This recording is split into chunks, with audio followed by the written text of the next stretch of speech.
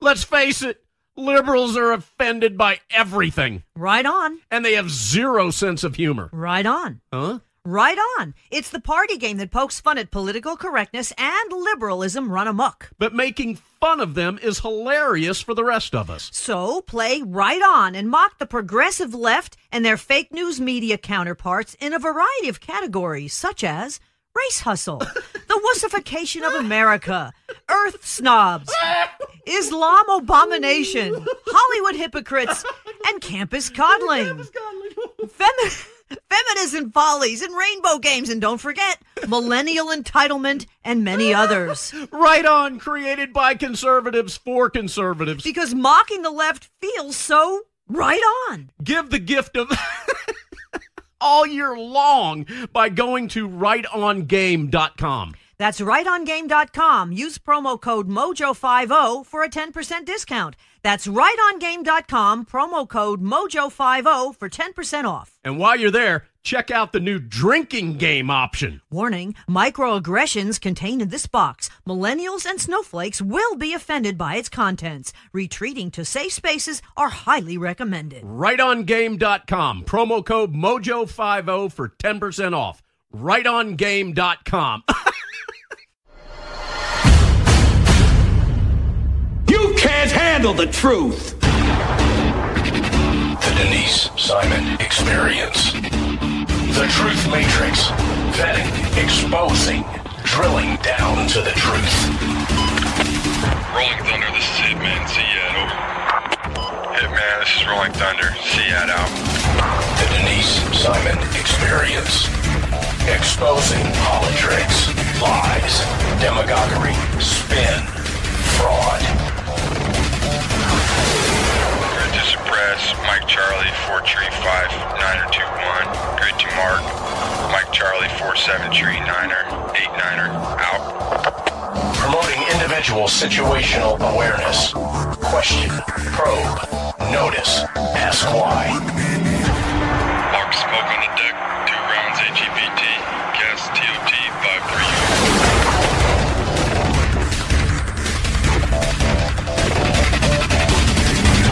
And now, the Denise Simon Experience. Hey, ladies and gentlemen, welcome to the Denise Simon Experience. We're going to travel in this first segment on out to California. And so I tapped Tim Snowball on the shoulder with Pacific Legal Foundation because what is it that California has done? Is it really, Tim, over 1,000 laws that took effect for 2019? Denise, how the heck are you? Good to hear from you. You don't call, you don't write. You know what I mean? Flowers. California. It's beautiful out here. I grew up in California. I've lived here most of my life, except for a few unfortunate years where I was in the swamp in D.C. But it's a great state. But yeah, you're absolutely, you hit the nail on the head. I mean, just in the 2018 legislative session, California legislature passed over 1,000 new laws. You know what I mean? And I did a little research. I was like, man, that seems like a high number. I wonder if that's unusual. I go back and I look, and it's something like 26,000 new laws have been enacted in this state since 2005. Absolutely mind-boggling. I mean, Madison, there's a famous quote by James Madison where he said something like, what will it credit a man if the laws be so voluminous and complicated that he won't know what's legal or illegal from day to day? And I think that's exactly the current state of things out here in the Golden State. You can't even walk to the end of your driveway. You probably broke 3 laws. Yeah, I mean, it's over-criminalization taken to the absolute extreme. So I'm sure you saw, this plastic straw ban that got all the bad press. It went into effect this year. And it's the silliest thing because, you walk to a restaurant, you sit down, you order a Diet Coke, they bring the Diet Coke to you, and they're not going to give you a straw anymore, right? And it's not to say that you can't get a straw if you want one. They still have them available. They're just going to make you take the extra step of asking for one. So it's really this weird kind of virtue signaling where the state is saying, oh, look at us, look how good we are. We're not going to hand out plastic straws. When you order your overpriced, coffee at the coffee house, we're going to make you ask for one. It's the silliest. I mean, It has absolutely nothing to do with achieving legitimate public policy goals and everything with signaling to the rest of the country that we're this progressive liberal paradigm. When you go to the store, do you still get those plastic bags? No. I mean, it depends. You have to ask, and I think they charge you like 10 or 15 cents a bag or something crazy on top of your bill. So it's a wild thing. I mean, I always, I was the kind of kid in grade school where if the teacher told me not to do something, I just couldn't stop thinking about doing it. Right. So the fact that I had to charge extra for plastic bags at the grocery store makes me, I'll ask for extras. Yeah, throw a couple extra plastic bags in there. I'm about to tell the guy down here at the local coffee shop to give me extra straws just because I'm not supposed to have them. The one law that is really kind of fascinating to me is that now the utility companies are going to begin billing customers for future wildfires. I mean, it's what we call that? It's like fire. So they're an insurance policy? Fire insurance or something. Yeah, and so, but what if like PG&E is at fault? Exactly right. So I mean, it's the dynamic is government stepping in and fixing problems that don't exist, right? I mean, I'll give you a good example. Right, I've got a case out here in California. I don't know if I've talked to you about it before. In federal court, having to do with falconers. Have I talked to you about this before? Yes. So it's still going on. So I'll give your audience a little refresher. So there is a ancient sport called falconry where these guys have birds of prey that they train and they house, and it's really more of a lifestyle than a sport. I mean, these guys take this really, really seriously. Well, in order to keep these birds in California and every other state, you have to have a license granted by the state, right? And there's all these requirements to comply with the code or whatever. So in California, the California Department of Fish and Wildlife has said, if you have a falconry license, as a condition of getting your license, you have to waive your Fourth Amendment rights to be free from warrantless searches of your private property, right? Which means that armed government agents can show up on their property 24 hours a day, 7 days a week, anytime they want. They don't have to justify it and say, we're coming inside, and if you don't let us in, we'll take away your birds, we'll take away your license, and you could even be charged. Come inside for what? It's just to do an inspection, to do a warrantless inspection, and the strange inspect thing what? Is, bird poop? Look at the bird. Yeah, if they get cited for something, I've heard that somebody got cited one time because a little bit of bird droppings fell into a water pan, and they hadn't looked at it and they didn't clean it in time. I mean, it's the absolute height of just government abuse. And here's the thing. I mean, this is a point that I've made to you before in terms of how far we've strayed from basic American civics and American history. When you look back at certain parts of the Bill of Rights, like the Fourth Amendment, there were very specific problems at the time that the founding fathers had dealt with. They were trying to avoid in the future. So with this Fourth Amendment, before the Revolution, the British Crown had empowered government agents under what were called writs of assistance, right? Which were these general grants of power to these bureaucrats to inspect homes and property and businesses and to stop you on the street and demand your papers and all this. Absolutely outrageous. And so they passed this amendment specifically with these kinds of abuses in mind. And you turn around and a state like California is doing the exact same thing.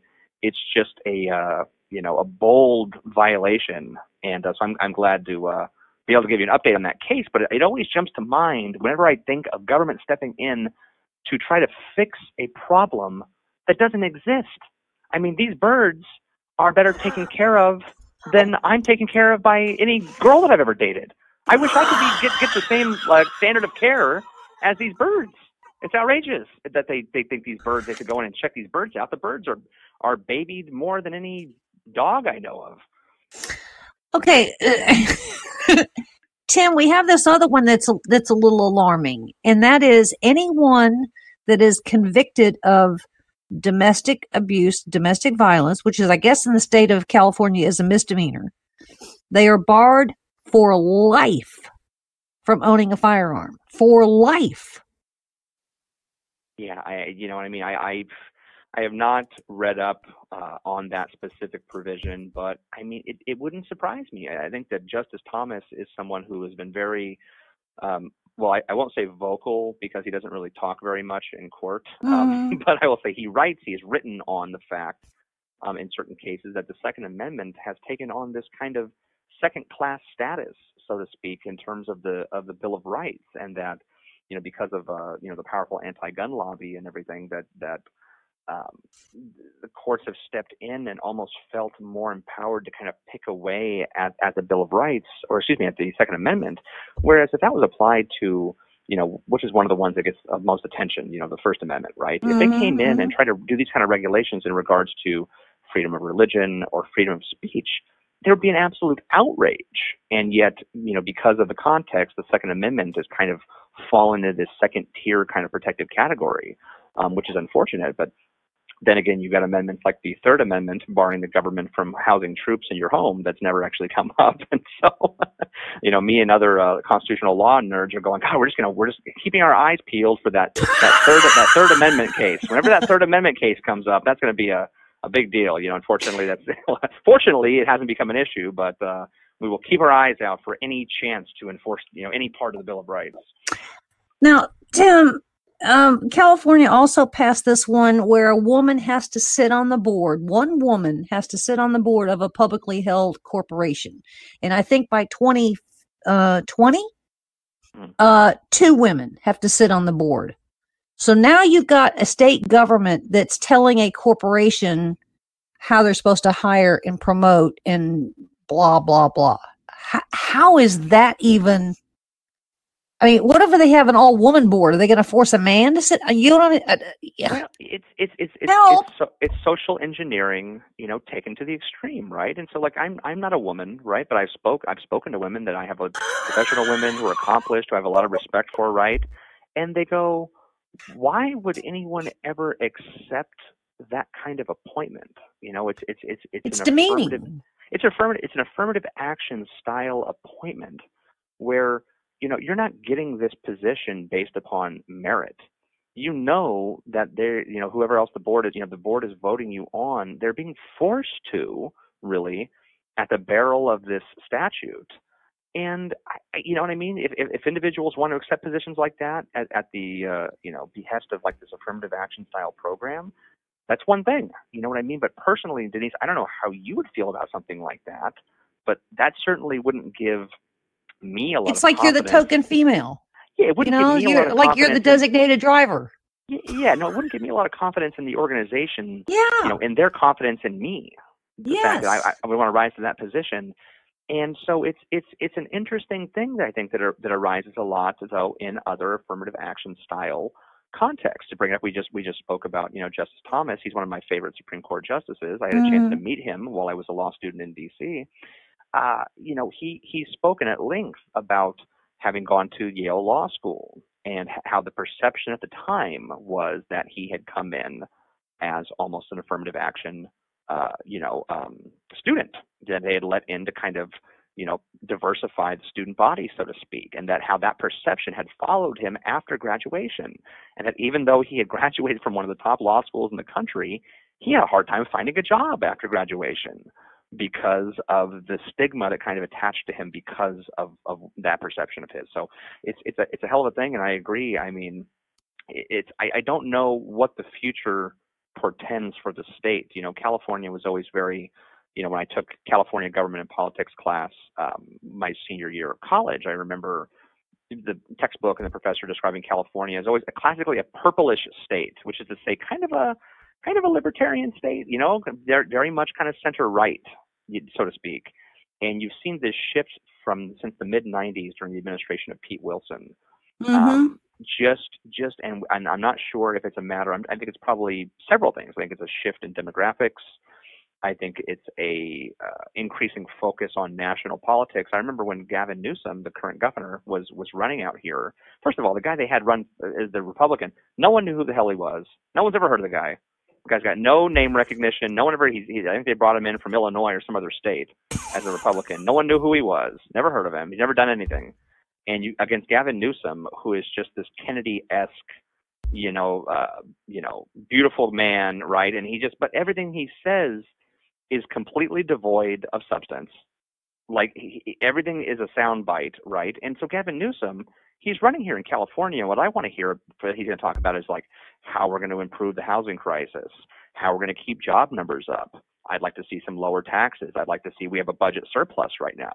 I want to know how that's going to be balanced out against all the spending programs he's proposing. all Gavin Newsom talked about was President Trump, right?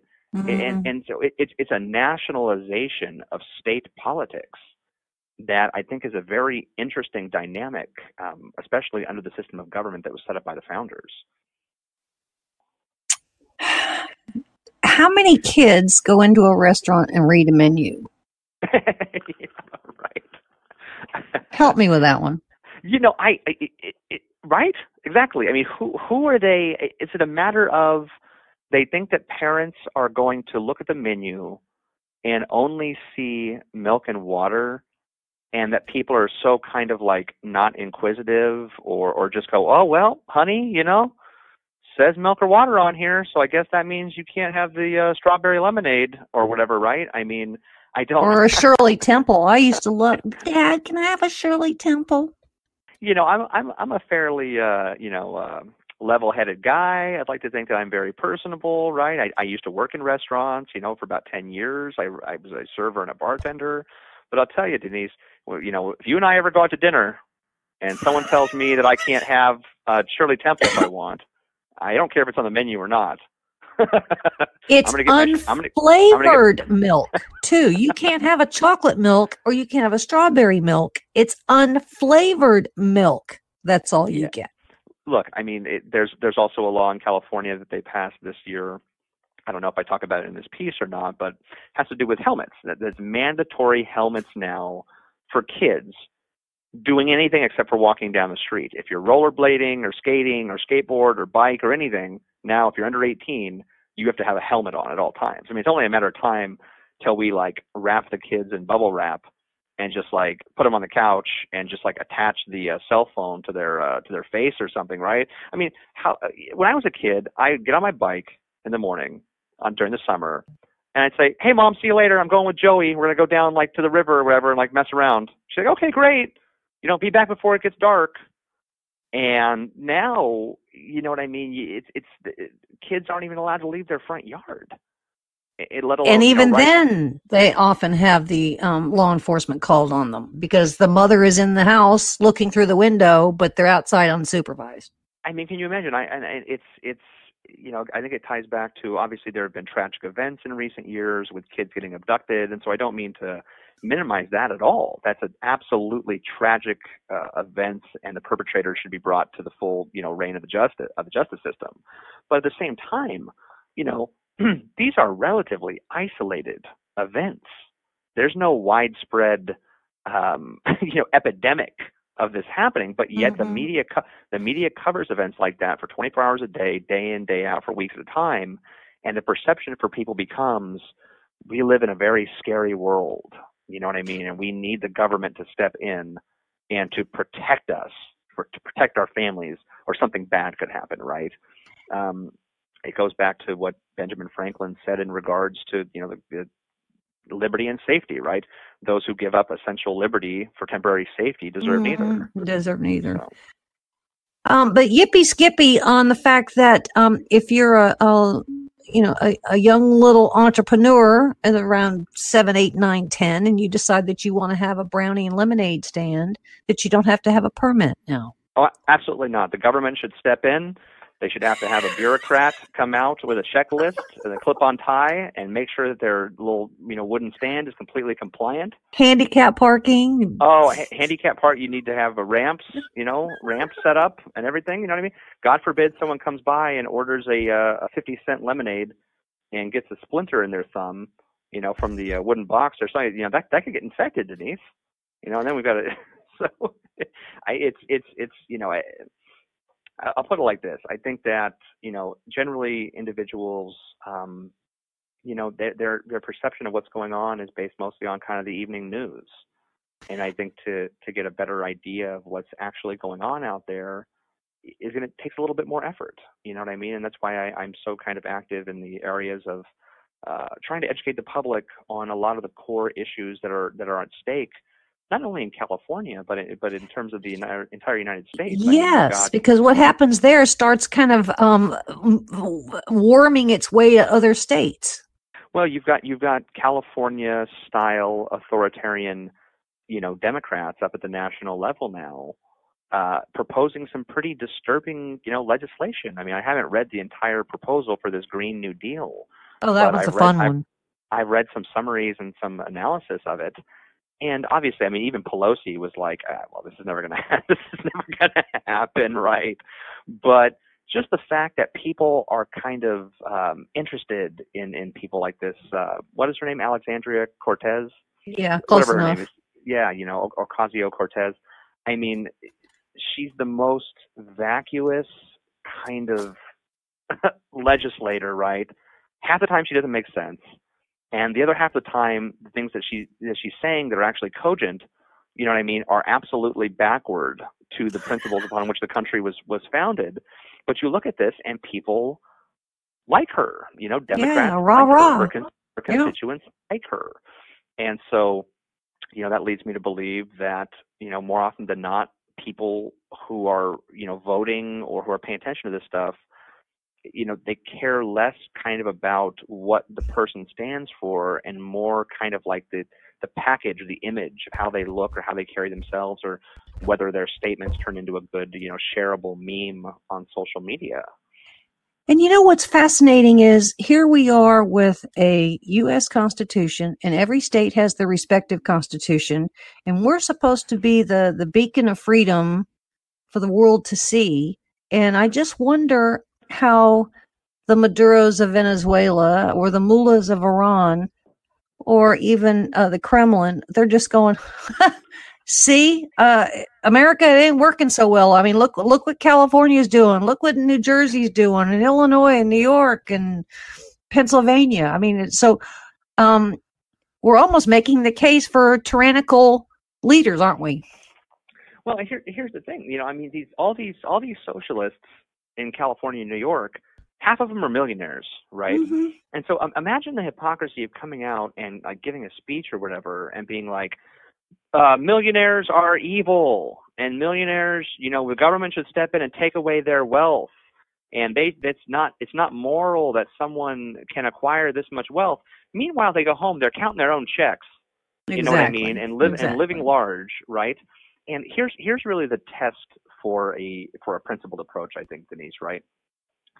Do you actually live by the principles that you're espousing?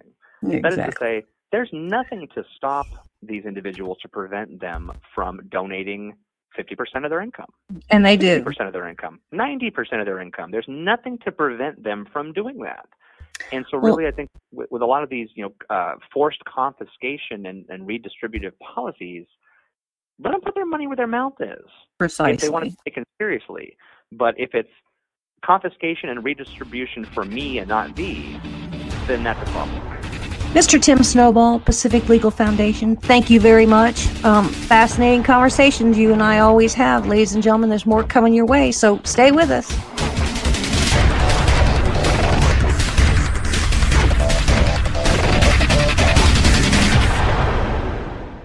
This is Don Newen with Cowboy Logic Radio, and I carry my Sig Sauer 9mm every day. It's like a MasterCard. I never leave home without it. And I'm glad you do, given that you work in Atlanta every day, talking about a rough place to work. Well, Donna, I would say that most of our beloved Cowboy Logic Radio listeners not only own, but carry their weapons, too. It's just the thing to do nowadays. So do I, Don. And we need to share with our listeners a fantastic weapons company, Tar River Arms. Oh, and I should mention, they were founded by United States Marine, enough said, right? Badass-o-matic. TarRiverArms.com. That's TAR Riverarms.com. Tar River Arms, America's first virtual gun store, makes it easier and more comfortable than ever to purchase your firearm online. And through 3D interactive experiences, you can even view and inspect that gun you're purchasing. They even have weekly specials that eliminate shipping and broker fees, Donna. Great guns, great prices, and great service. And remember, Tar River Arms is veteran-owned and operated. Don, would you expect anything less from a Marine? No, ma'am. At TarRiverArms.com, you can search by caliber, manufacturer, and firearm types. Revolvers, semi-automatic pistols, including your SIG, Don, short-barrel rifles, long rifles, shotguns, and NFA silencers. They even have very hard-to-find products such as the H&K MP5. Totally badass. Tar River Arms have some of the coolest high-end tactical weapons made, all at great prices. TarRiverArms.com, U.S. Marine owned and operated. Hoorah!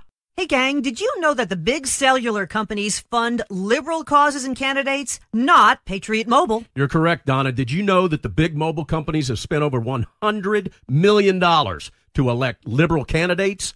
They also fund liberal causes, agendas, and organizations such as Planned Parenthood, not Patriot Mobile. Here's how it works. You, our beloved Cowboy Logic Radio listeners, pay your cell phone bill every month. Then Big Mobile takes your money and gives millions to liberal candidates who authorize subsidies to provide free cell service, Obama phones, to do-nothings who vote for more liberals so they can keep getting more free stuff that you pay for. Not Patriot Mobile. So here's how you fight back. Switch to Patriot Mobile with unlimited plans starting as low as $20 a month and stop funding the big cellular companies. Feel good about funding the right agendas. Every dollar you spend makes a statement. What message are you sending? And it's easy to switch. You can even keep your same number, and they've got great nationwide coverage that includes Double D Ranch. Visit them online at patriotmobile.com or call them at 1-800-A-PATRIOT. And for any of the guilt-ridden liberals, that's 1-800-272-8746. Created by conservatives for conservatives. Their name says it all. Patriot Mobile. Do it now. patriotmobile.com or 1-800-A-PATRIOT. Ladies and gentlemen, what message are you sending?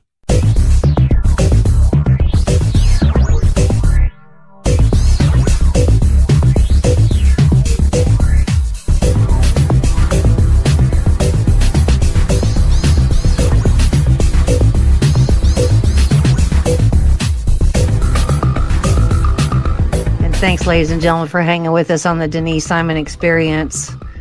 El Chapo Guzman, very happy with this verdict, but there's lots of other moving pieces here. So what do? I call on my texting buddy, Phil Jordan. You know, I go back a lot of years. I don't know that we always seem to talk at a distance, Phil, but Phil spent 30 years in DEA. Did you not? In several states? Yes, and I also was the head of the DEA's El Paso Intelligence Center, where we monitored all the drug movements around the world, including the movements of the cocaine that the CIA used to transport to Mexico and to the United States. Oh, yeah. Anyway. Oh, yeah. So we can give credit to the cocaine epidemic to another three-letter agency. Let me start off asking this question. We know that El Chapo is going to end up in probably the Supermax in Florence, Colorado for the rest of his life. Phil, did we agree with some kind of condition that Mexico made with the United States on his extradition that we would not seek the death penalty? Absolutely. There's any time that we get a prisoner that is eligible for the death penalty, of which Chapo is more than qualified for that, we have to promise the government of Mexico, even though they kill about 40,000 people a year, they don't believe in the death penalty. So we have to honor the fact that in the Constitution of Mexico, they don't believe in the death penalty, again, even though government officials, among others, kill thousands of people every year. But I guess that's a different kind of death. Yeah, I just had a feeling that was some kind of condition here because, this cat is going to live 23 hours a day in solitary confinement. He's going to get 3 meals a day. He's going to be in air conditioning. He's going to be well cared for medically. Yes. From time to time, he gets to watch TV, although it looks like it might be black and white. He even gets to make a phone call in that 1 hour that he gets out of his cell, which is, I think, a 7x12 concrete thing. There's something wrong with that whole picture. I started looking at, Phil, some of the other inmates that were there at the Supermax. And, you kind of wonder, given who's there, why we even have a Supermax. I mean, it's just throwing more pain and taxpayer money at something where these people don't deserve to be there, right? Absolutely. He doesn't deserve to be alive. I grant you that. But an agreement and the treaty that we have with Mexico has to be honored. So, but I'd rather have him in the Supermax, where he is going to not be able to run his tunnel business. His construction tunnel business is out of pocket now. He cannot build tunnels anymore. So he's going to have to go out of business with that. Aside from not being able to control his empire of drug trafficking, but yes, the man deserves a death penalty. Now, what interesting came out in some of the testimony is that he paid essentially for Nieto Peña's presidential campaign in Mexico. And of course... Yes, I was criticized for stating that fact because it was the Eric Holder who, if you recall, under Operation Fast and Furious, he allowed the transportation of weapons to Mexico for the use of Chapo Guzman, the Guadalajara cartel, so that Chapo Guzman would have better equipment to kill his rivals. Rivals, yes. And the hypocrisy there is that when I made that statement, that Peña Nieto is in office because of any pre-candidate, for that matter, since I started with the DEA and the FBN and BNDD, every pre-candidate has enriched themselves with the blood money of the traffickers, and Peña Nieto was no different. But then I was criticized on orders of the Obama administration that how dare I say that Peña Nieto is on the payroll, because every pre-president, the only one that I cannot really say for a fact is Calderon. Fox maybe to a certain extent, but that's the other party. That's the PAN, P-A-N. But as far as corruption, even though we have corruption on both sides, DEA did not have to tell you guys that what I was telling you was misrepresenting the truth. On the contrary, I was telling you the truth. And if you tell the truth, you don't have to lie. Indeed so. Now, Guzman's going to have some company there, or he's going to be company to a former Gulf cartel head who is at the Supermax. But this really isn't the end of the story here, is it, Phil? Because these cartels live on. I mean, so it is a short-term kind of victory, isn't it? Absolutely. The only winners in this situation right now are some Mexican citizens that are not going to be caught in any more crossfires. But let me correct that. Actually, the crossfire, the violence will probably go on the increase right now because of the betrayals of the 7 or 8 witnesses that testified against Guzman. So there's going to be a lot of more violence, and this year was one of the more violent, or last year, and also including this year, has been one of the most violent situations in Mexico. But again, I go back to the hypocrisy that they don't believe in the death penalty, but they kill a lot of people over there, including journalists. And so, that is pathetic. Yes, they get away, and I don't know of any murders of journalists or any other type individuals, including the cardinal. The cardinal that was murdered in his car. Mm-hmm. In his car because of the war between at the airport in Guadalajara. Was as a result of Chapo Guzman and the Arellano Felix's brothers having a feud. I mean, dispute. It was a territorial type. Yeah. Mm-hmm. And but again, there is the consolation of a victory here is that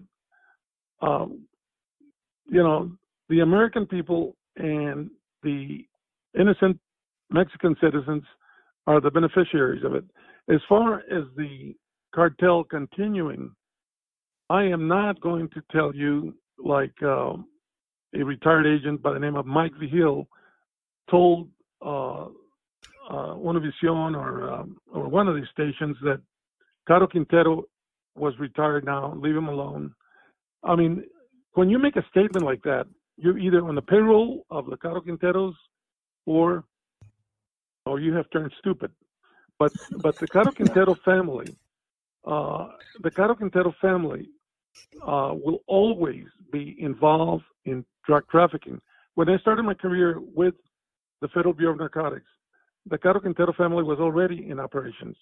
Mm-hmm. When one of the major cases I made in Arizona, in Phoenix, I negotiated and got Pedro Aviles Perez, who I did not know at the time until I went to EPIC, the El Paso Intelligence Center, and I found out that Pedro Aviles Perez was either the uncle or some relative of Chapo Guzman. It's a small world, but Pedro Aviles Perez was, by the way, executed by the Mexican federal police at a roadblock as he tried to escape. That's the excuse they use when you want to be executed. But anyway, but to answer your question, okay, just like we have in any major corporation in the U.S., you have the chairman of the board, then you have all the chair board members, and then you have the officers. Mm-hmm. Yes. So with Chapo being made shorter than he is, now he has to delegate that responsibility. Responsibilities in the trafficking apparatus to Zambada, who's the older Zambada, and the Caro Quintero. Now, Caro Quintero, you have to put in perspective, and Miguel Felix Gallardo, they were Chapo Guzman's bosses. Chapo Guzman was a punk, pistolero, sicario, and he worked for Caro Quintero, Felix Gallardo, Ernesto Fonseca, Cochiloco, who had a very, very close association with a former U.S. Customs agent that technically, and this will be coming out once I give you the name of another agent that you need to talk to, that will tell you that Kiki Camarena was betrayed not only by an ex-U.S. Customs agent, but also by Felix Rodriguez and those that worked with Felix Rodriguez that were CIA operatives. CIA, yeah. You and I have spoken about Felix before. Yes. I think that was two laptop computers ago. I have all that data. Yes. Yeah, he threatened me to sue me on a TV interview that I had. It was a Skype type interview. He was on one side of the world and I was on the other side, and then I told the guy that was interviewing us, I said, look, please tell Felix, give him my number, tell him to give it to his attorneys, and tell him to call me, and I'll see him at a deposition and see what's what. I still haven't heard from this brave individual that killed Che Guevara. I think they held him so he could shoot him, and then and tell his attorneys to call me. I'll be glad to talk to him, and I will tell them that Felix Rodriguez, according to 3 informants that are under the Witness Protection Program that I personally interviewed after I was retired, of course,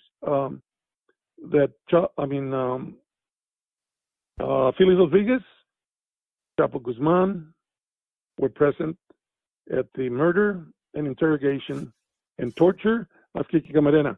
Chapo Guzman also was ordered by Caro Quintero, according to these ex-federal police officers that are now under the Witness Protection Program, to go pick up Zavala, the informant that was being utilized by Kiki. And it came out in court testimony that Chapo liked to bury people alive. Mm-hmm. Well, the pilot, Zavala, was buried alive. I mean, this guy is ruthless to the full extent to the core, of evil. Now, Phil, Chapo Guzman has got a couple of kids that are now American citizens because they were born in the United States. Are there any implications for that?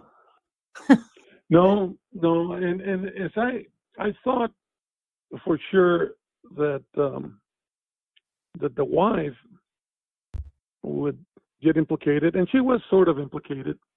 Of course, she denies in a couple of interviews that I saw with Telemundo that she did not know what Chapo was doing. I mean, she had no idea. I mean, it's just like,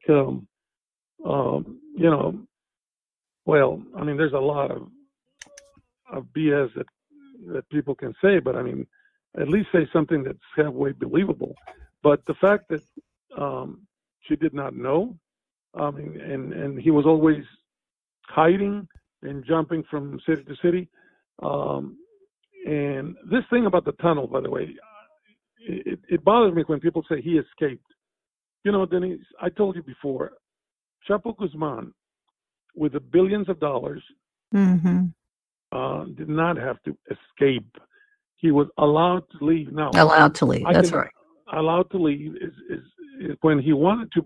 But I think on the last one, Peña Nieto told him, "Look, I cannot let you." Again, this is my opinion. Okay? I did not talk to Peña Nieto, but he's got his problems right now with his mistress and his wife. But the point of the matter is that he probably told Chapo, "Look, the last time we used the excuse that you used a laundry basket. Okay, this time it's going to cost you a little more money. You have just build the tunnel. We'll let you build it right under your cell, and we'll never move you from your cell so that you make sure that you can get out of it. And you can build it for a mile, and we'll have a house ready for you over there." And that's how he escaped. So this thing about you're going to build a multi-million-dollar tunnel and not know that it's being built under the prison, well, ask him to try that in Colorado and see how far he'll get. Indeed. Now, with the cartels and where they are, they certainly, I mean, the Sinaloa is not going to collapse. The Gulf cartel is not going to collapse, and none of them are going to collapse. If they collapse, then I would say that the top echelon of the Mexican government may necessarily collapse. Is that an overstatement, Phil? No, there's been many a time where we have stated, even when I was still with the EA, and the corruption was beyond comprehension, but we basically called Mexico a narco state. Now, let me tell you that why the drug trafficking is not going to end coming from the South. I don't care if you built or transfer the wall of China to the Mexican-U.S. border. As long as there is a demand for the drugs, the traffickers will find a way to do it. And they will bring it. We want it on this side, and they will grow it and bring it to this side. I mean, it's the demand. We need even if it didn't come across the southern border. I mean, these trafficking transport networks are so global that it could go from Mexico, Colombia, wherever, to Brazil to Africa, and Africa to the United States into a port, right? I mean, it's going to get here. Absolutely. And you forgot one important country, Canada. Yes. I don't see any walls being built over there. And, 911 people came through Canada. I did expect another blow from the radicals to come through Mexico, and believe me, they have tried. But the wall, okay, is not going to stop the flow of drugs because we still have the demand on this side. Mm-hmm. Okay. Now, what it will stop, maybe when my brother was murdered by that 13-year-old punk in El Paso, the wall might have stopped him because that kid that killed my brother in El Paso on a carjacking, he would come and deal and steal cars on the El Paso side. Then at night he would go home and sleep with his mother. So there was no fence. Maybe, just maybe, if that kid could not have been able to climb the fence that day, my brother would still be here. But it's going to stop, and it's going to make them move further to the outskirts.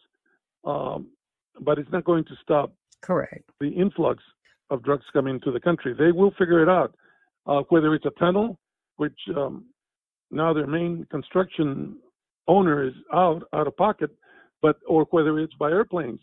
Amado Carrillo Fuentes had one of the best and biggest air forces, but that was for transporting the drugs from Colombia to Mexico.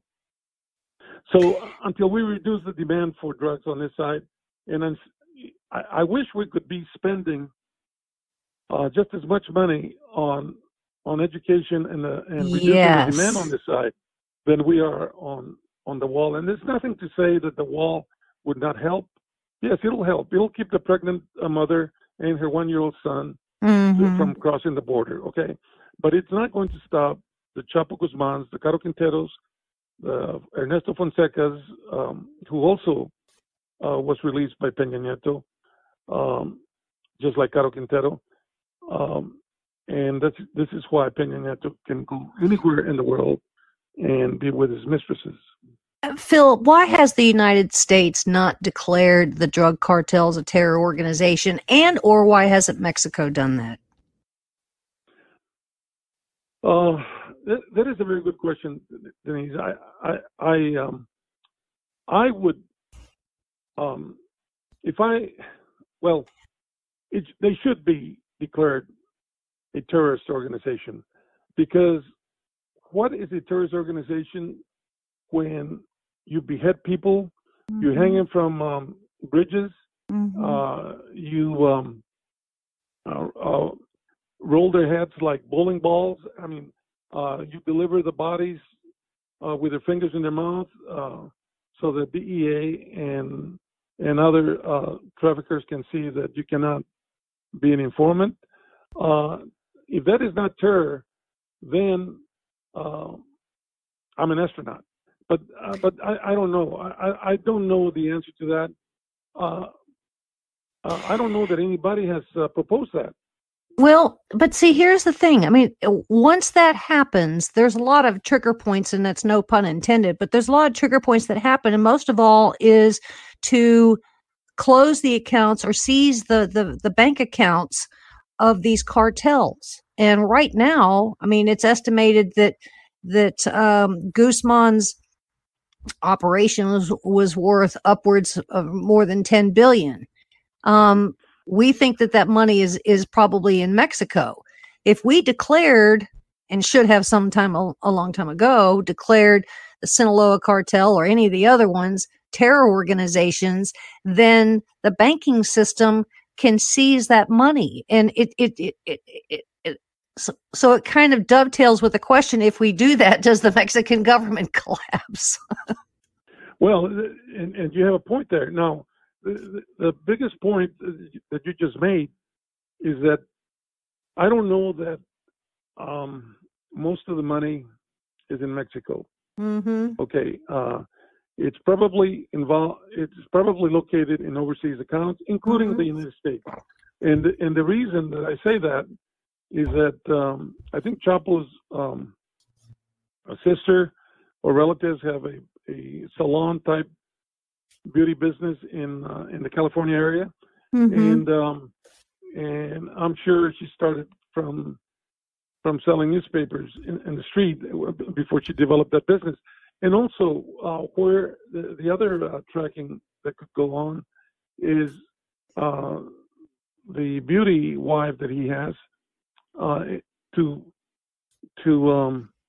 support his two children and the other children that are in Mexico from previous girlfriends or wives. There's a lot of money to go around, and he's a billionaire. To be able to make the Forbes top 50 or whatever it was at one time. And I do agree with Senator Ted Cruz. If we can seize that money, that would pay for the wall, and then we could say Mexico did pay for the wall. But the whole thing is the money has to be seized. Caro Quintero, for example, the money was never seized from Caro Quintero while he was in the penitentiary, and he's living the life of Riley, even wherever. Though he have a retired DEA. Yeah. Yes. Oh yeah. Well, he might be living right behind Los Pinos. Well, no, Peña Nieto's not there anymore. But he could have moved to another location. And if the government of Mexico wanted to arrest Caro Quintero, they could. They could, just like we could locate Osama bin Laden, we can locate Caro Quintero. Well, Phil, I mean, it's a victory on what has happened to El Chapo for sure, but I would say this victory is kind of a shallow one because the beat goes on, as I would say. We haven't really stopped. We haven't really stopped anything. I know how dedicated you are still to this, even in your retirement years, because you and I, chat from time to time. We appreciate your time on the Denise Simon Experience, and keep leading this parade. And I'm kind of dancing there with you. So, Mr. Phil Jordan, thank you very much. And ladies and gentlemen, there's more coming your way. So stay with us.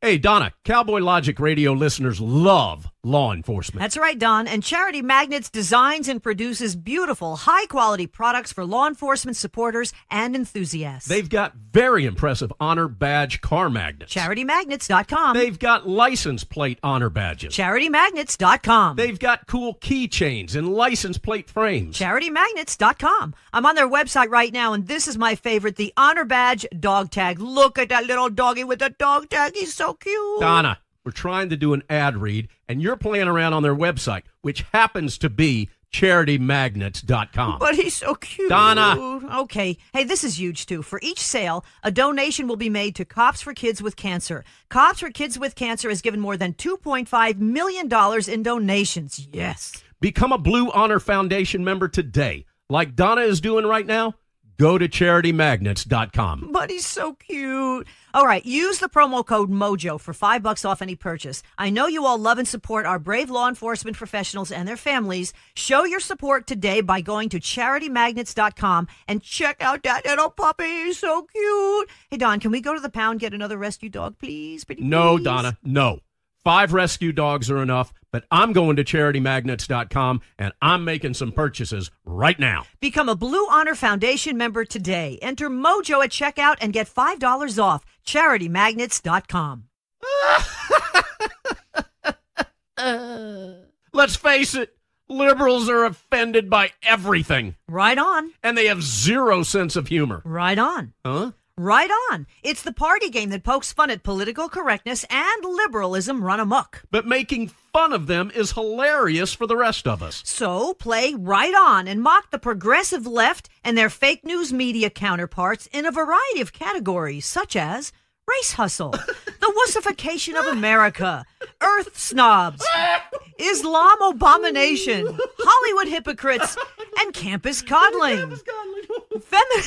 Feminism follies and rainbow games, and don't forget millennial entitlement and many others. Right On, created by conservatives for conservatives. Because mocking the left feels so right on. Give the gift of all year long by going to rightongame.com. That's rightongame.com. Use promo code MOJO50 for a 10% discount. That's rightongame.com, promo code MOJO50 for 10% off. And while you're there, check out the new drinking game option. Warning, microaggressions contained in this box. Millennials and snowflakes will be offended by its contents. Retreating to safe spaces are highly recommended. Rightongame.com, promo code MOJO50 for 10% off.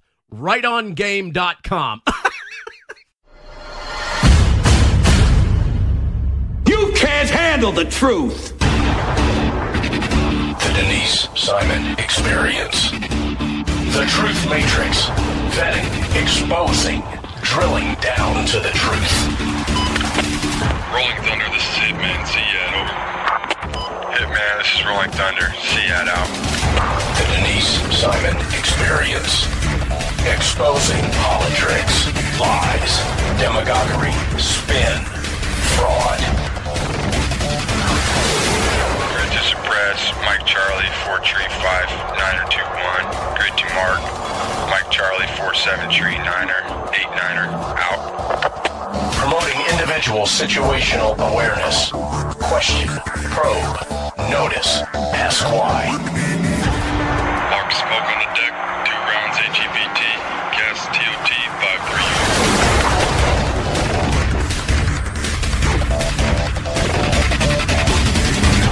And now, the Denise Simon Experience. Thanks, ladies and gentlemen, for hanging with us here on the Denise Simon Experience. Daniel Ortner has been very gracious to join us with Pacific Legal Foundation because we're going to talk about a flagpole. I mean, welcome, Daniel, and thanks for doing this. No problem. Thanks for having me. I was trying to get through the amicus brief. I don't know what the Latin anyway. Amicus, yeah. Okay, so we have a flagpole that the city of Boston, is it really the city? Is it the commissioners, or is it, the mayor, or what? Yes, it's the city. So the city, basically the city hall in Boston has 3 flagpoles outside of City Hall. One, the 2 of the flagpoles always have flags on them all the time. One is the U.S. flag. So the 3rd flagpole, they vary with the flag that's on it. Sometimes the city will have its own flag on it, the city of Boston's flag.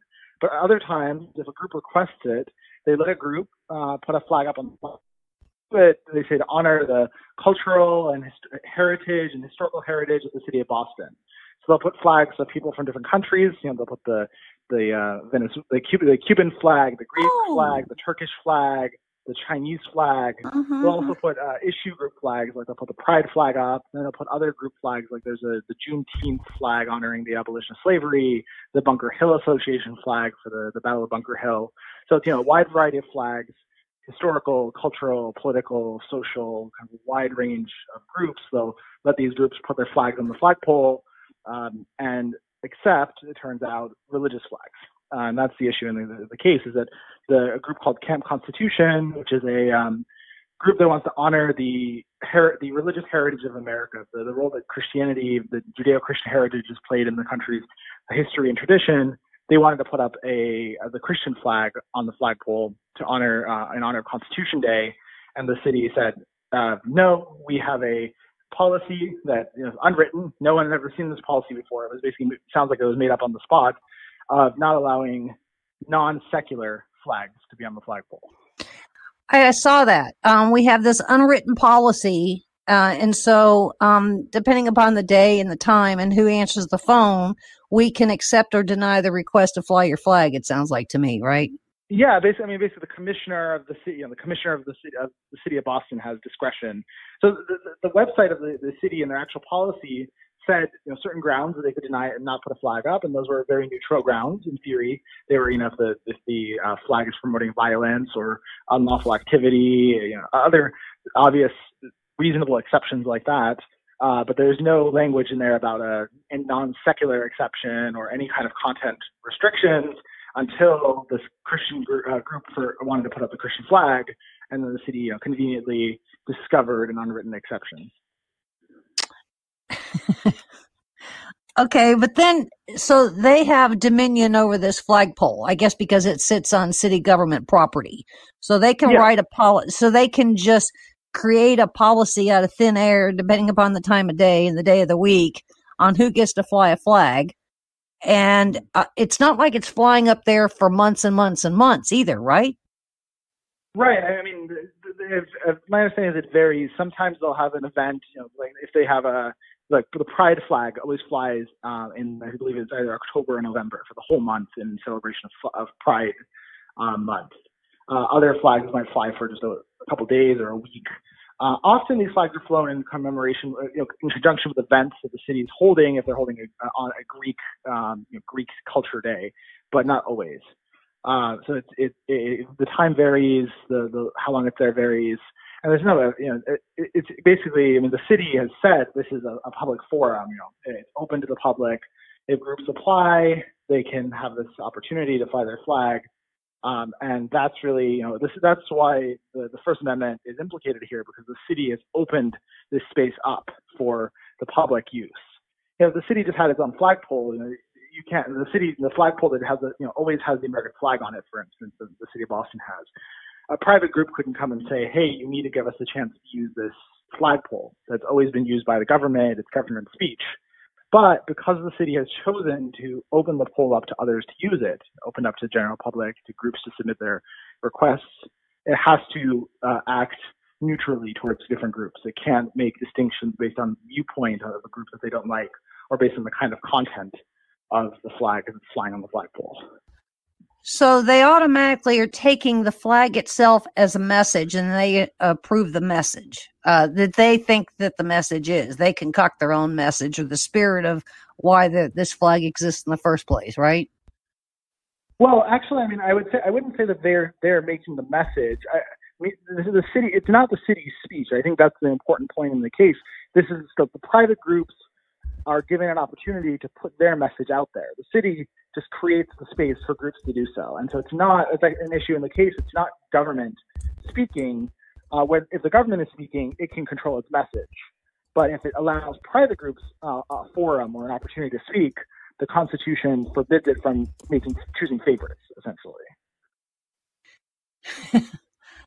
Okay, and so this is all happening. I mean, is this case a case that just happened, or it's about to go through the court system, and you guys caught wind of this, that you filed this? So this case is now before the First Circuit Court of Appeals. So the group Camp Constitution, they filed a lawsuit in the federal district court in Massachusetts. They lost in the district court. The court basically said this is government speech. The government is the one speaking, and therefore it can exclude whatever messages it wants to. That was the conclusion the district court reached. Which I was just saying, I think that's wrong, and that's why the case is now on appeal to the First Circuit. And we heard about this case and really feel strongly about it.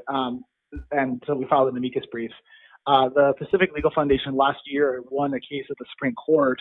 The Minnesota voter rights case, Voting Voters Alliance case, where this is a case about wearing T-shirts at the polling place, and the Supreme Court said the policy of banning political shirts from the polling place was arbitrary and vague and unconstitutional. And so we saw a very similar principle at work here.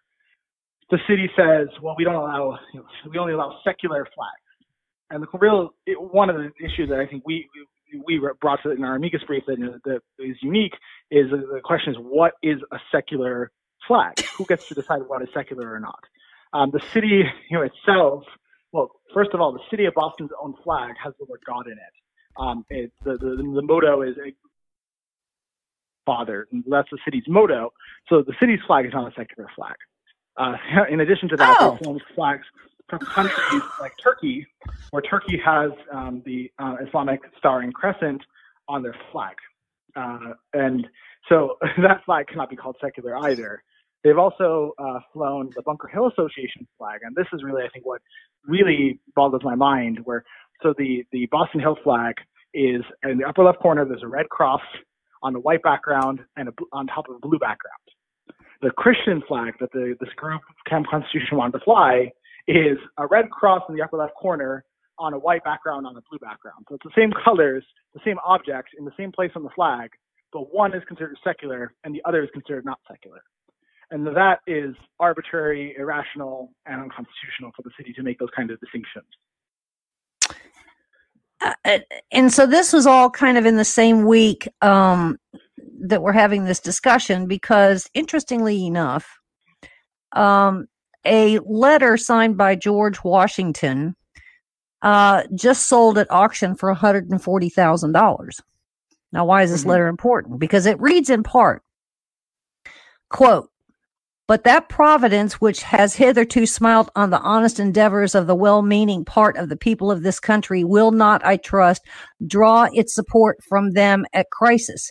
He was praising God for the Constitution that sold for $140,000. So, right.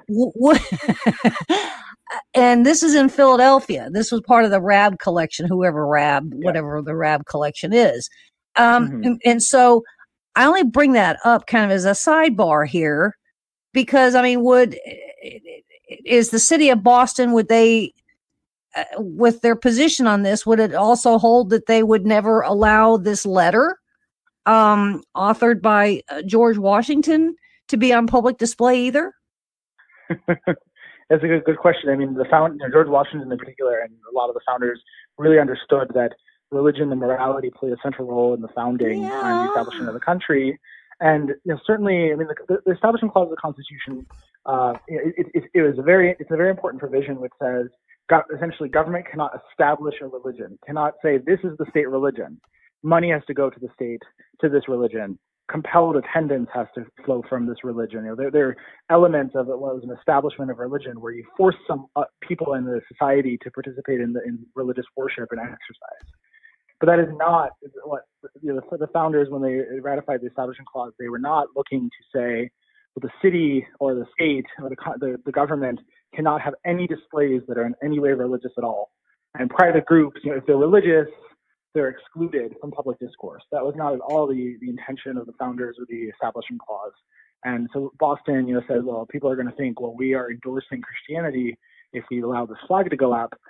But they don't worry about people thinking they're endorsing Chinese communism or Cuban communism or any other message that a flag could convey, because this is not the city speaking. They're just allowing private groups an opportunity.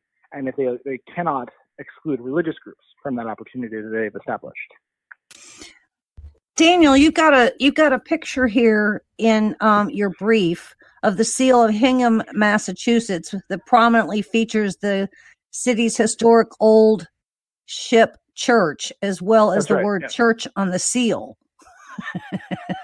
That's right. Yeah, there are a lot of these. We just found a couple of them, just looking for ones that are in Massachusetts mostly. But if you look all across the country, you look at seals, you look at coin, commemorative coins, you look at flags, you look at mottos. All over the country, there are dozens and dozens of examples of cities and states using religious images, using religious symbolism, because this is really a part of our country's heritage and tradition. And so the point there is that the city, this commissioner, I guess, has to have an encyclopedic knowledge of all the religious symbols that are out there, or could be construed as religious, in order to ever be able to make these kinds of determinations. What is secular, what is not secular? And that is something the Constitution does not give that kind of discretion to city officials, to city bureaucrats, to decide what is or is not permitted based on such arbitrary distinctions. Was there some kind of a commissioners meeting or mayor meeting or something that went into some kind of a confab here that denied the flying of this flag and decided that they were going to, fight this in court? I don't know all of the inner details of what happened. It seems like this is just one individual, one commissioner making the decision by himself. Mm-hmm. The city of Boston filed in the trial court to dismiss the case without allowing any form of discovery. And so this case, the factual record is not fully developed because the court said, no, we're not even going to let you get facts to see what the city was doing, what they were thinking, why they did what they did. And so it's based purely on the complaint and the little, the evidence that the Kent Constitution alleges. There isn't a factual record, and I think that would be really interesting if the First Circuit hopefully sends it back down for a trial or for discovery to see what was the city thinking. Was there any internal communication about this? How did they come up with this policy? It'll be really interesting to see that. You've got an awful lot of case law listed in this brief, which is pretty fascinating. Is there a building in Boston that has something, a government building that has something in there like "In God We Trust"? Boy, I'm not sure. I mean, I would imagine so. I mean, I don't know for certain. I know, U.S. congressional or federal buildings have their many of them that have the Supreme Court has a symbol of Moses as the lawgiver on there. The Congress, they have the mural, the Apotheosis murals, which have lots of religious symbolism in them. So I don't know about the city of Boston. I'm trying to remember because I went to school in Boston. I can't remember offhand. I mean, if you think about it, like what are historic buildings in Boston that people go to see if they go to Boston? You have churches. You have the Old North Church. You have other churches where famous figures are buried. And so definitely, I don't know if there are any government buildings today that have them. I wouldn't be surprised if there are, but there certainly are religious symbols, religious buildings and locations that are claimed by the city as part of their heritage. So is this, is Boston claiming that government speech is distinctive from individual speech or the protection of speech, that they are protecting their own speech? Is that their position? Yeah, that's one of the positions they're taking. And the Supreme Court has said that. They've created an exception. Now, it's supposed to be a pretty narrow exception.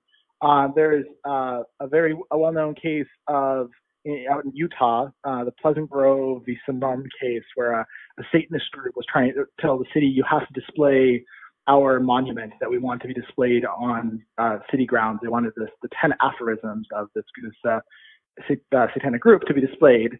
And the city said no. The Supreme Court found, well, these monuments that are being displayed permanently on public grounds are government speech, not private speech. The city doesn't open this up to anyone to contribute or to offer their speech. It doesn't rotate between different groups, allowing everyone to have a turn to speak their own message. Instead, this is a government speech, the government expressing something. And so they said that in that case, the First Amendment does not apply. You're not required to open it up to treat groups evenly when you or the government are the one speaking. Now, that was meant to be a very narrow exception. The court has said, since then that in subsequent cases that has to be a narrow exception, so it can't swallow the rule. It can't swallow the principle of the First Amendment. You have to only when the government is the one that is speaking itself. Then that's a limited exception. So we got First Amendment against First Amendment. Right. Well, I mean, the government does have the right to speak, and the government doesn't have to be even when it speaks. I mean, the president can get on TV and speak in favor of the border wall or a war or anything without offering a counterpoint or a viewpoint or allowing alternatives. So the government has to have the ability to speak, but the government cannot create an opportunity for others to speak and then say, well, we're going to pick and choose our favorites. We're going to pick and choose the groups that we want to allow to speak and exclude other groups from the opportunity. So, Daniel, where are we on the calendar with this case? So it's just being briefed at the First Circuit. So the plaintiff, the appellants, the group, the Kent Constitution, they just filed their opening briefs a couple weeks ago. The city is going to file a reply brief within the next couple months, and then there'll be an opposition brief, and then there'll be a reply brief. And then I would presume that the First Circuit will schedule this case for oral argument because it has very important issues. I think there's going to be a lot of interest in it. And so I expect there to be an oral argument scheduled within the next couple, 6 months or so. And then after that, they'll decide the case. We have a lot of cases here about these crosses on public lands and whatnot. Will this have any kind of connectivity to any of those cases? A little bit. I think it's relevant because the city is arguing, well, the reason we are not allowing this flag to be displayed is we want to run away as far as possible from any possibility that we will violate the Establishment Clause. And so what the court says about the Establishment Clause will matter, because if the Supreme Court, I would hope that, takes one of these Establishment Clause cases, or the Maryland, the Veterans Cross case, for instance, or decides that these crosses are protected, are allowed under the Constitution, then the city's excuses will look even more feeble than they are. So hopefully, if the Supreme Court takes the cross cases and decides favorably, then that will help to demolish the city's argument in this case. Who is the lawyer of record for Camp Constitution? I mean, you guys are just filing a Yeah, we're filing an amicus. I can't remember the name right now, but it's a group that does also religious freedom cases. They're another public interest group that's been involved with religious cases. Fair enough. How did this come to the attention of Pacific Legal? Oh, so I've learned about the case. So I worked at the Beckett Fund for Religious Liberty before I came to the Legal Foundation. Okay. And so because of that, religious liberty is something I'm really passionate about, and I'm always looking for opportunities to find cases where we can talk about the issues that Pacific Legal cares about, like free speech is one of Pacific Legal's big issues, and one that we're really growing having a national prominence in, with the case that we had last year at the Supreme Court. And so I'm really interested in finding these cases where there's an overlap between religious freedom and freedom of speech and expression. Well, Daniel, I would have to say, if Pacific Legal, thanks for this presentation. You've done a remarkable job in 38 pages. I got through half of it. I would say the 38th page isn't terribly important, because we're talking about the type volume limit and the fonts and how many words and whatnot. But right. So 36 pages makes a big, huge argument here. So well done with that. I'm going to keep checking with you to see where this goes. And so I tell you, I think a picture is worth 1,000 words in this case. You see the images, like what are flags that the city has allowed in the past? Exactly. And how can a city bureaucrat make a distinction between a flag that has the identical scheme, nearly identical pattern, same colors, same symbol at the cross, and say, well, one is secular and we're allowing it, and one is not secular and we're not allowing it? And that's just the Constitution doesn't allow the city to make the distinction. Excellent job, Mr. Daniel. Ladies and gentlemen, big round of applause to Daniel, and stay with us because there's more coming your way.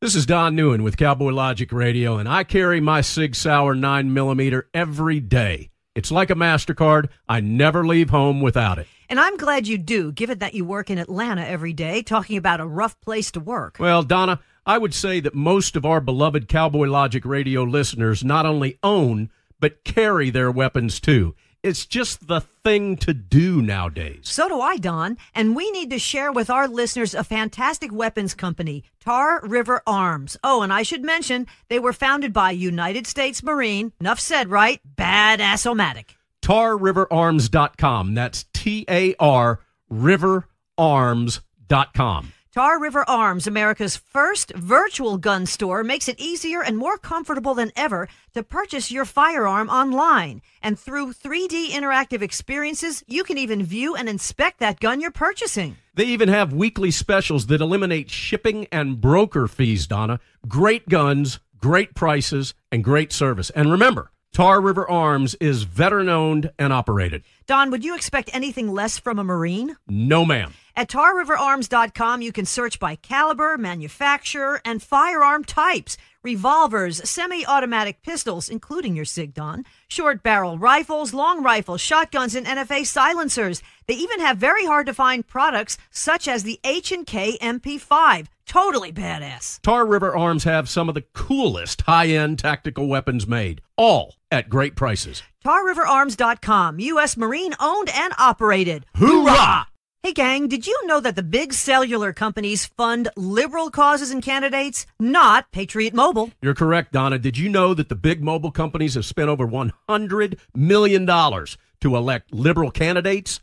They also fund liberal causes, agendas, and organizations such as Planned Parenthood, not Patriot Mobile. Here's how it works. You, our beloved Cowboy Logic Radio listeners, Pay your cell phone bill every month. Then Big Mobile takes your money and gives millions to liberal candidates who authorize subsidies to provide free cell service, Obama phones, to do-nothings who vote for more liberals so they can keep getting more free stuff that you pay for. Not Patriot Mobile. So here's how you fight back. Switch to Patriot Mobile with unlimited plans starting as low as $20 a month and stop funding the big cellular companies. Feel good about funding the right agendas. Every dollar you spend makes a statement. What message are you sending? And it's easy to switch. You can even keep your same number, and they've got great nationwide coverage that includes Double D Ranch. Visit them online at patriotmobile.com or call them at 1-800-A-PATRIOT. And for any of the guilt-ridden liberals, that's 1-800-272-8746. Created by conservatives for conservatives. Their name says it all. Patriot Mobile. Do it now. patriotmobile.com or 1-800-A-PATRIOT. Ladies and gentlemen, what message are you sending?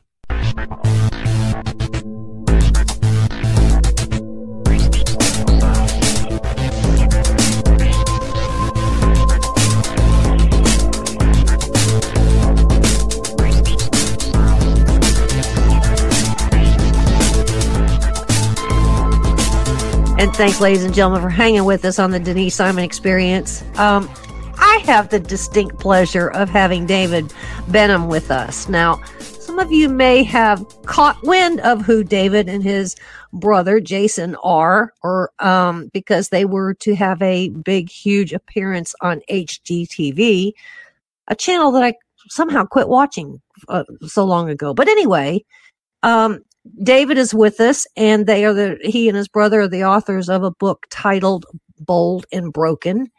And on top of all of that, they have a very successful real estate development operation. So with that, David, welcome to the Denise Simon Experience. Thank you for having me, Denise. It's an honor. Oh, thanks. I used to watch a lot of HGTV, and I don't anymore. In fact, I don't even turn that channel on. But given what happened to you and Jason, I have maybe a bigger reason to no longer watch HGTV. You guys were actually supposed to have a show on there, correct? I mean, a lot of things were in process, yes, and the plug got pulled. Yeah, well, Jason and I, we had gotten out of professional baseball. I was with the Red Sox. He was with a lesser organization called Baltimore Orioles. Can you believe that? Anyway, we were minor league guys. When we got out of baseball, we relocated to the Charlotte area and started a real estate company. We really didn't know what we were going to do, but we applied biblical principles in the marketplace. We were raised by a pastor and had given our hearts to Jesus early in life. And by God's grace, we had studied Scripture. And so we applied those principles in the marketplace. And by 2014, we had 100 offices across 35 states, and we were one of the fastest growing real estate franchises in the country. And that attracted TLC that made us our first offer for a reality show. And because we are identical twins, I'm 2 minutes older than Jason, and I'm a lot better looking. I'm smarter. Oh, here we go. and we live on the same street, believe it or not, in Charlotte. We live 5 doors down. Yep. And I've got 5 kids, and he has 4. So, of course, I'm always ahead. But so TLC makes us this offer and says, we're seeing what you guys are doing in real estate, and we also found out that you guys live on the same street and you got a bunch of kids between the two of you, and your wives like to do design. This would be a great show. Well, while we were negotiating with TLC, HGTV came in and made us an offer, and they actually made us a straight-to-series, 6 one-hour episodes, no pilot. It was at the same time that they had just signed Chip and Joanna, and they were just about to pilot. Yeah, they were piloting Chip and Joanna's Fixer Upper. Great family, great show. And so we were filming ours at the same time. And before ours came to air, some activist groups found out that Jason and I were strongly and very vocally pro-life as well as pro-marriage. And they said, you know what? We're not going to put up with this. Now, let me just pause for a second and do say this. HGTV had already known all that about us. And as a matter of fact, when HGTV made us our offer, then they went into a full background check and a full social media and internet check and all these things. And they found out that we were very outspoken about our faith, but especially these 2 critical issues today, which are pro-life and pro-marriage. And HG, it's interesting. They said, hey, listen, a lot of us believe the same way you guys do. We just don't talk about it. So they said, but we know.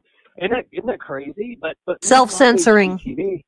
Well, yeah, and it's unfortunate because many people in the church do the same thing. You know, the church is the pillar and support of the truth. So if we as believers are self-censoring because we're afraid, thank God our early church fathers and mothers weren't afraid. But if we are self-censoring because we're afraid, you can fully expect that HGTV or any other network would self-censor as well.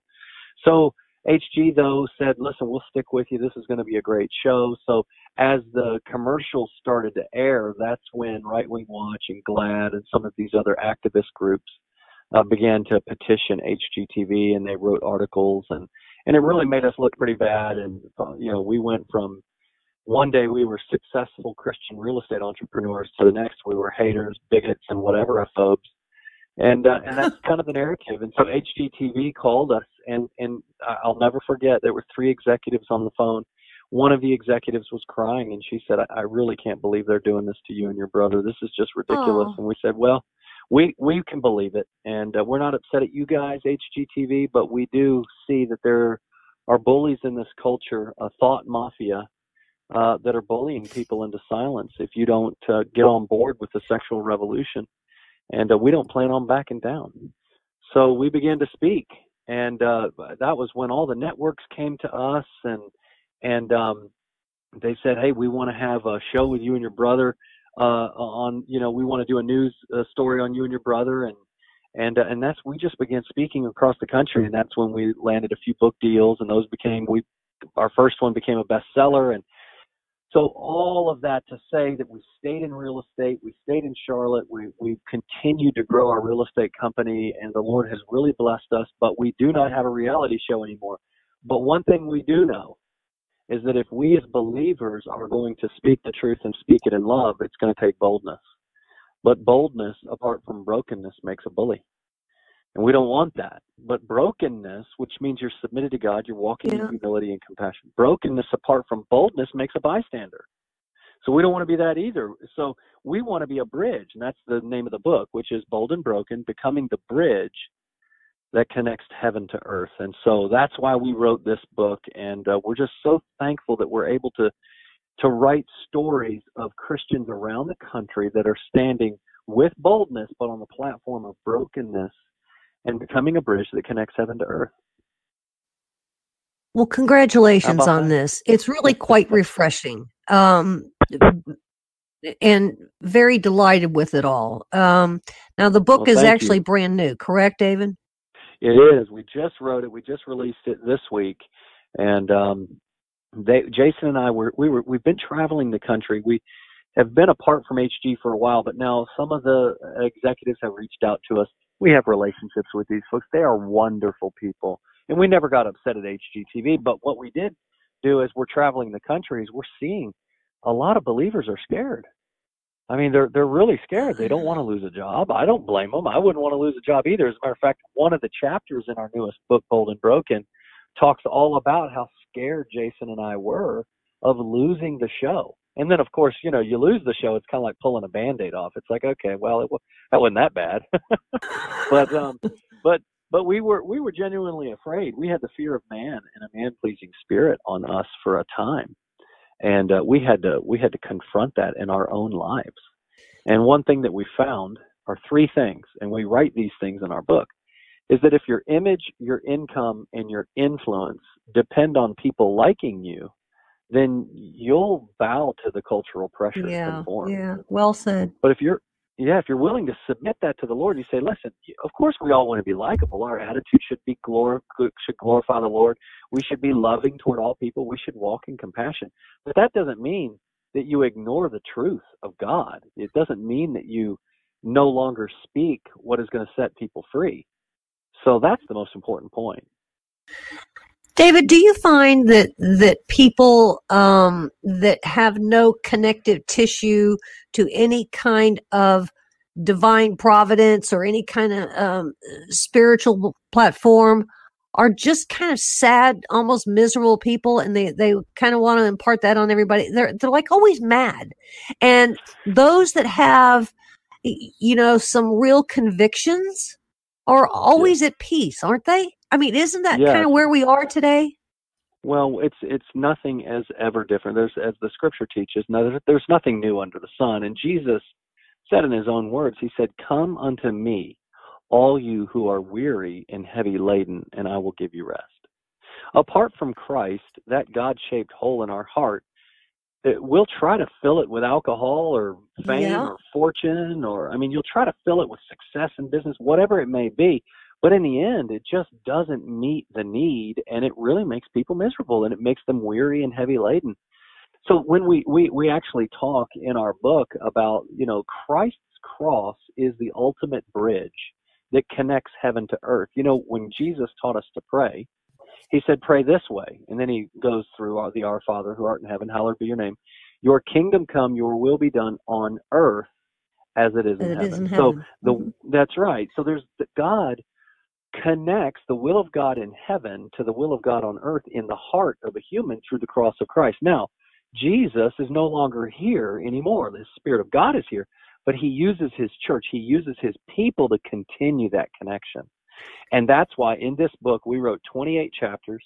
It's 28 different stories of how to practically be a bridge by being both bold and broken that connects heaven to earth for people. And one of the stories, and I'm sorry if I'm interrupting one of your questions, but one of the stories that I tell is Jason and I are sitting on a plane. We got asked to speak at an event in St. Louis. So we're on a plane. He's he's sitting against the window. I'm on the aisle. There's a seat in between us. And this lady comes walking up, and I have my Bible opened up in my lap. And she's just kind of in a huff. And she's like, I'm sitting in between you. And so I stood up and then helped her to her seat and sat back down. And I had my Bible then closed on my lap. And she just looked over at me and she goes, "I just want you to know that I am a flaming feminist." She uses the word flaming feminist. And I think nothing. She goes, "And I think nothing like you." I'm like, well, I'm David. What's your name? Anyway, my gut instinct, my initial gut reaction is to engage and win the point, right? Is to prove my point. Okay, but that's my gut reaction. However, and I could boldly do that. However, the Holy Spirit really pricked my heart. And I wanted to be broken. I wanted to be a blessing to this girl. And I wanted to win the person, not just prove my point. So I began asking her questions about her family and all of these things. And about an hour later, at 30,000 feet, she began to really open up about the anxiety that she's had and depression with her son. And I just felt the Lord wanted me to read Psalm 139, just a portion of Psalm 139, which is, "I knit you together in your mother's womb. Before you were formed, I knew you. You were fearfully and wonderfully made. Marvelous are your works." These wonderful scriptures that God speaks. And so I said, "Would you mind if I just read you a little passage of scripture?" Now, an hour earlier, she wouldn't. She did not want to hear it. And now she's ready to listen, and I just began to read it, and I read 2 verses, and I kid you not, her chin she was in began tears. to quiver, and tears just start streaming down her face. And I'm like, "Okay, Lord, you are connecting right now. If this isn't me, I'm just simply a bridge. You are now connecting heaven to earth in her life." And then she goes, "You know what? I can't believe I'm going to tell you this, but I've been having a recurring dream my whole adult life that," she said, "because I was adopted at birth." And she said, "And I have this recurring dream that I'm in an incubator and I'm looking up at the doctors and the nurses as they're wheeling me out of the room in the incubator. And I'm looking up at them saying, 'Don't worry about me. I'll fend for myself.'" And I just instantly knew there's the root of her feminism. That's she's angry. She's mad because she feels abandoned by her birth mother. And I said that. I said, "You feel abandoned by your birth mother. You feel abandoned.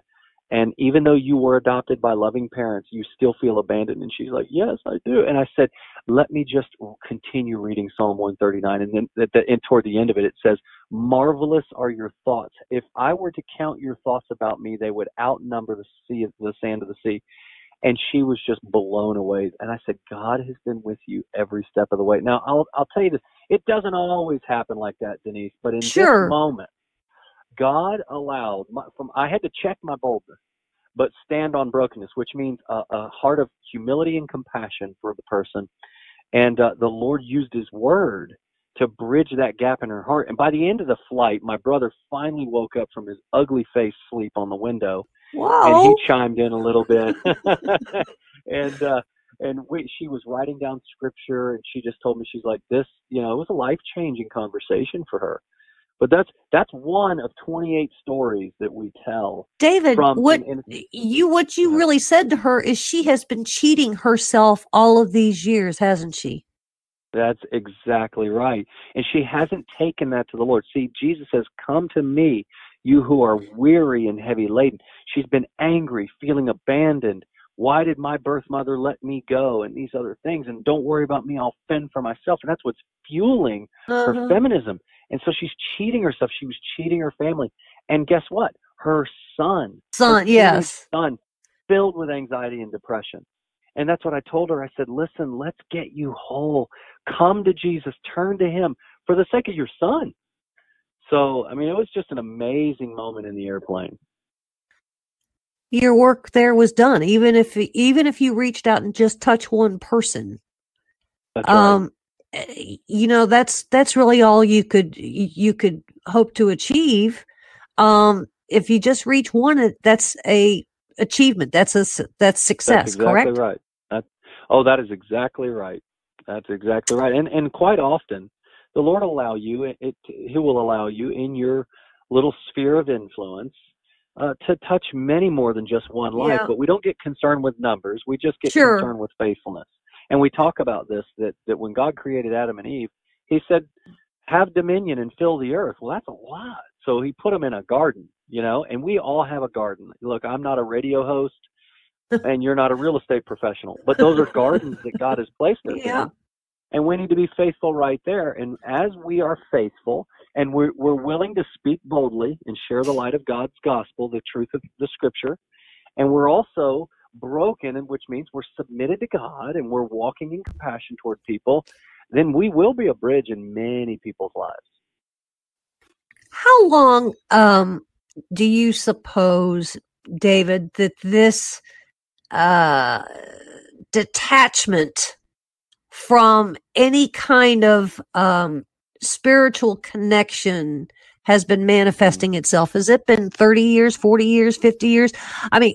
I would say going back a half a century at least, we have decided that it's not in vogue to go to church on Sunday. You're kind of looked upon like you're some kind of a Jesus geek and you're not cool.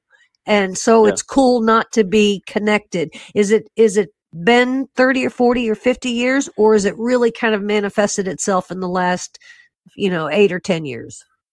Well, it's been, obviously since Adam and Eve in the fall. However, in the last, I'd say since the 60s, it's really picked up steam, this sexual moral revolution. But in the last 5 years, since the Obergefell decision was really the last 4 years, and the Obergefell decision, which legalized gay marriage, was almost like an open door that all of a sudden it's been crazy. And we write a chapter about this in our book, that when you give way to Judeo-Christian values and Judeo-Christian principles, John Adams said our Constitution was fit only for a moral and religious people. It is wholly inadequate to the government of any other. So when you remove morality, when you begin to redefine these things, civil society will eventually and ultimately unravel. And one of the chapters, we entitle it Red Light, Green Light. And when you look, and it's an analogy that we give about what's happening today in America with this revolution away from Christian morality and the Judeo-Christian value system, is when you look at traffic on any given day, traffic's just whisking around and it's smooth flowing. Of course, there's the occasional accident here and there, but people drive all different kinds of cars. They believe all different kinds of things. You have all different kinds of political affiliations. You name it, doesn't matter. But everybody can agree that red means stop and green means go. Now, what happens when the powers that be, or the Hollywood elite, or the academic elite want to change and say, well, red can mean go, green means stop, whatever. Now, what will eventually happen to traffic if people begin to act like that? Chaos. It'd be total chaos, and that's exactly what Satan wants. He's the author of confusion and chaos. God brings clarity. Now, what we're doing is we're not saying, hey, I disagree with you politically about something. That's not what this radical moral revolution is doing. This moral secular revolution is redefining humanity. It is redefining what it means to be a human being. And when you cannot even talk about gender without being a transphobe and being called names, saying, well, this is a boy toy or this isn't for girls, and now all of a sudden you're a bigot because you say these things. This is, I mean, we're unraveling the very essence of civil society, and it's like saying red means go and green means stop, and it's becoming chaos. And it's no coincidence that our children, the teenagers, are struggling with anxiety, depression, and suicide at unprecedented levels in American history because they're afraid they don't have the same standards and absolutes that we've had for so many years. Well, your seatmate on the plane at 30,000 feet really gave it away because she automatically put up her wall when she saw you and the good book. She put up her wall and she was taking the offensive, like, don't cross this line. And so the behavior was really offensive right out of the chute. And that's where we are today. People's behavior has translated into disrespecting and everybody feels offended, right?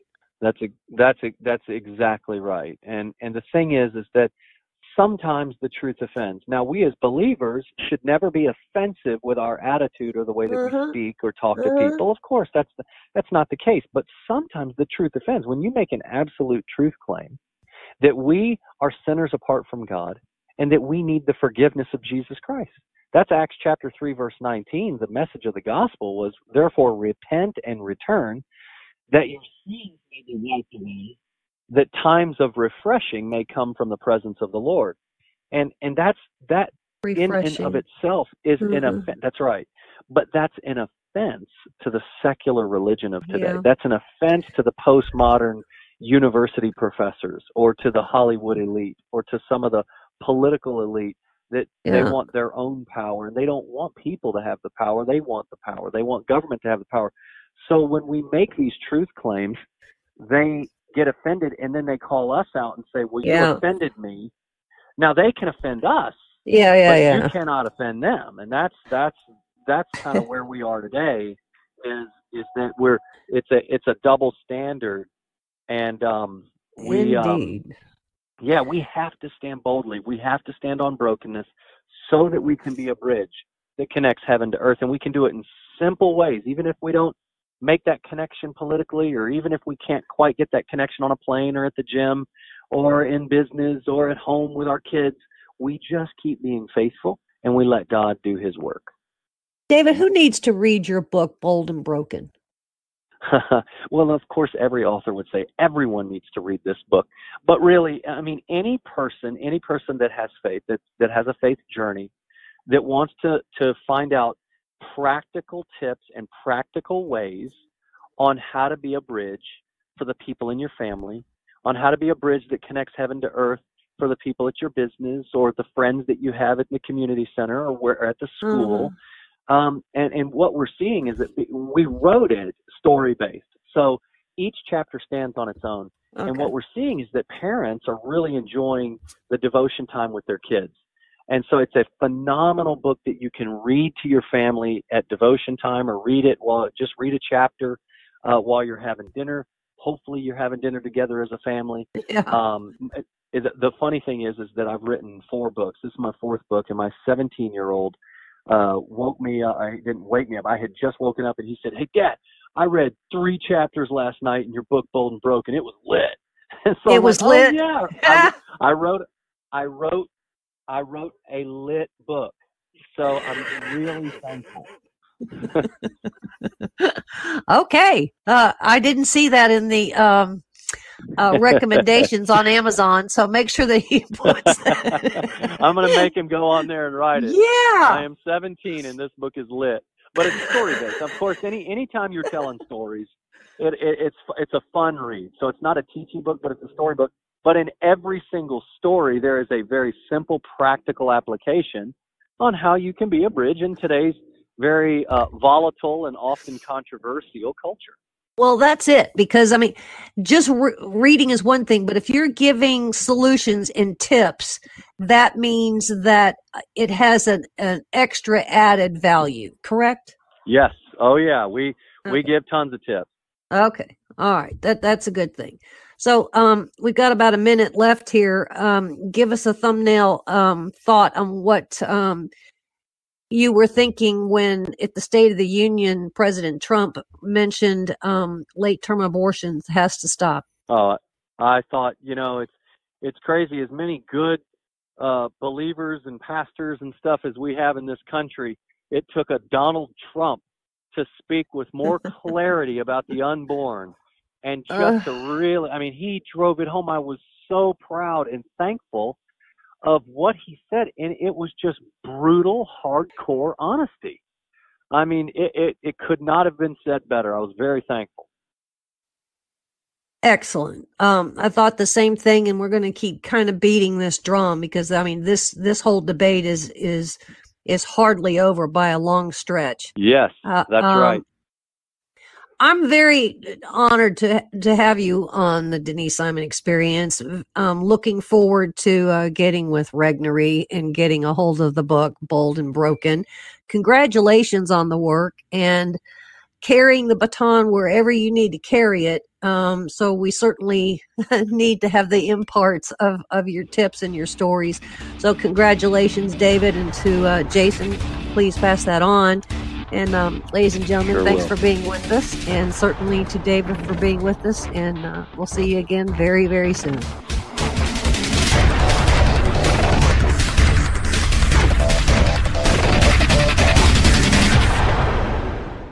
Hey, Donna, Cowboy Logic Radio listeners love law enforcement. That's right, Don. And Charity Magnets designs and produces beautiful, high-quality products for law enforcement supporters and enthusiasts. They've got very impressive honor badge car magnets. CharityMagnets.com. They've got license plate honor badges. CharityMagnets.com. They've got cool keychains and license plate frames. CharityMagnets.com. I'm on their website right now, and this is my favorite, the Honor Badge dog tag. Look at that little doggy with the dog tag. He's so cute. Donna, we're trying to do an ad read, and you're playing around on their website, which happens to be CharityMagnets.com. But he's so cute. Donna. Okay. Hey, this is huge, too. For each sale, a donation will be made to Cops for Kids with Cancer. Cops for Kids with Cancer has given more than $2.5 million in donations. Yes. Become a Blue Honor Foundation member today. Like Donna is doing right now, go to CharityMagnets.com. But he's so cute. All right, use the promo code MOJO for $5 off any purchase. I know you all love and support our brave law enforcement professionals and their families. Show your support today by going to CharityMagnets.com and check out that little puppy. He's so cute.